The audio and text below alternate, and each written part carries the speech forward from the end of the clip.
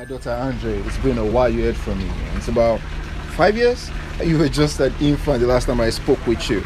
And the world has changed, man. The world has really changed between then and now. There's this question that I saw something like this on the internet, someone asking, why do men change after sex? Why do men change after sex? And I had a lot of answers about this, this, that. And I said, okay, let me answer this real quick.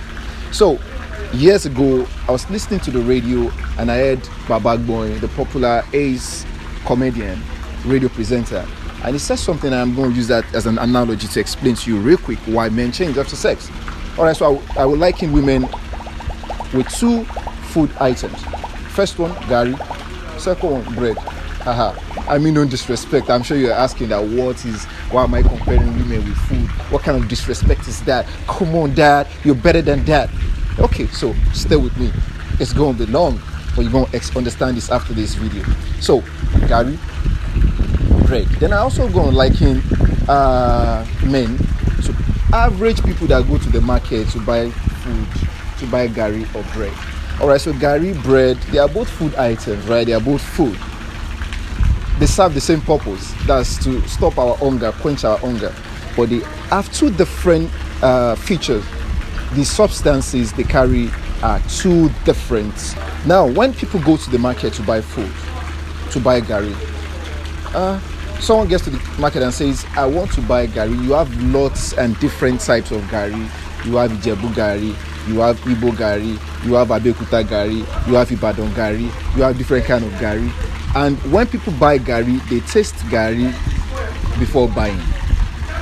You are not getting this point, Andre. Stay with me. So you taste gari before buying. So you put gari in the cup, put gari in your mouth. This one is yellow, the yellow gari, the Igbo gari, which is yellow, right? Put your mouth. This tastes, but it looks colorful. Then you move to Ijebu gari. This is not colorful. It is ash in the mouth. It is sour in the mouth. Then you move to the next one, maybe Abeokuta gari or even Kotomi gari. Maybe you eventually don't even buy anyone at all before you leave the market. But have you ever seen somebody buy bread? Have you ever seen somebody taste bread without buying? Oh, possible. Once you taste bread, you have to buy. You're still asking, what does that have to do with you? What's your business with gari? What's your business with bread? So now, just like I said, there are two different types of women, the gari and the bread. So it depends on who you want to be.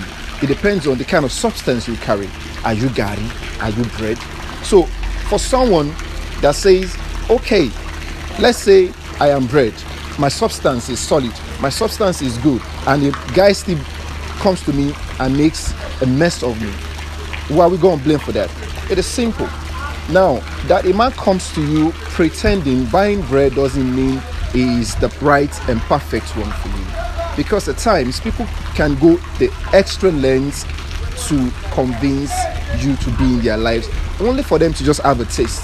Like buying a bread you don't like, taste it and throw it in the trash. So something happened when I was in Cyprus. A particular man dated this young lady. They had a perfect relationship. Everything was sweet. The guy bought her phones, bought her stuff, paid her rent, paid her bills, paid her tuition.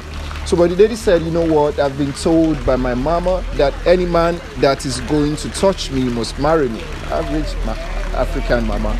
You're not going to blame her. She's trying to raise her daughter right. So the guy says, okay, you know what, let's go down to Nigeria. So they flew down to Nigeria from Cyprus. Did a wonderful introduction. Perfect introduction. Sweet one. The guy pays for flight from Cyprus, remember, pays for flight, pays for all of this. They get to Nigeria. Did a wonderful introduction. Mind you, the guy rented a family. They didn't go with his family. Rented a family because the guy was married. So, did all of these things, spent money. They flew down back to Cyprus. And they had a good time, made out for one solid week. And after the week, the guy said, you know what, I'm done. I'm done with this relationship. I'm sure you're angry right now. You're like, why? Men has come. Men has come. Yeah, men has come. Women has come too. So, how then do you know who has the perfect intentions for you? It is simple. Now, a guy comes to you and all he says is, baby, you look sexy. Your chest is wonderful. Your back is wonderful. Your shape is glorious. Your hip is heavenly. it already tells you he's so coming to buy Gary. He likes your body and doesn't like you. Now you go wise up, Andre. Now you go wise up. Now the other one that wants to buy bread, usually they are always like this. So what are your future plans? What are your goals? What do you want to do? What do you want to do? Blah, blah, blah, blah, blah, blah, blah. They are usually interested in your self-development. They are usually interested in making you better. They are usually interested in building with you, building a future with you, building a plan with you, building their lives with you. Most times they may not even appreciate your body, and most times they may not take all of the bullshit. Because most times the ones that want to buy bread, if you push too hard and you start testing and you start stressing, most times want to jackpot, because they know what they are bringing to the table. They are not all about the bullshit. That sometimes most women will fall for that one that is all over their body, opens the door for them. They insult the guy is dead. The guy can be there for 2 years of you insulting him only for him to just taste the Gary and leave. So what am I going to tell you right now? What should you do? Should you chase everybody away? Should you act tough? Shouldn't you act tough? It's a very difficult question to answer. But what I'm going to say is be decisive, be careful, be smart. When people come to you, when a man comes to you and start asking you, start going all over your body, telling you how wonderful your body is, don't blame him. He doesn't like you. He likes your body. There are two different things. He likes the Gary. He doesn't want to purchase it. He just wants to just sample the Gary. You understand? Don't blame the guy.